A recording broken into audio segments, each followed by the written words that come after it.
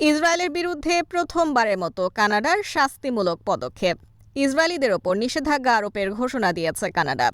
ফিলিস্তিনি বেসামরিক বাসিন্দাদের রক্ষায় প্রথমবারের মতো দেশটি এ ধরনের পদক্ষেপ নিল।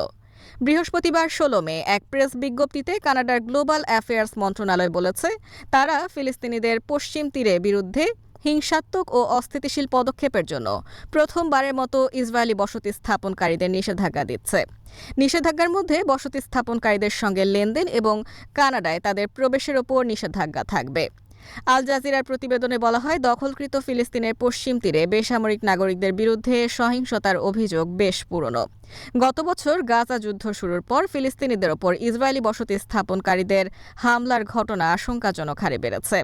উগ্র ইহুদিরা আদিবাসীদের বসতঘরে হামলা করছে, প্রকাশ্যে দোকানে ভাঙচুর করে লুটপাট করছে। এই সংক্রান্ত একটি ছবিও প্রকাশ করে আল জাজিরা। তাতে দেখা যায়, দিনে দুপুরে কয়েকজন ইহুদি বসতি স্থাপনকারী হাতে কুড়াল ও লোহার পাইপ নিয়ে ফিলিস্তিনিদের ওপর হামলার জন্য এগিয়ে যাচ্ছেন।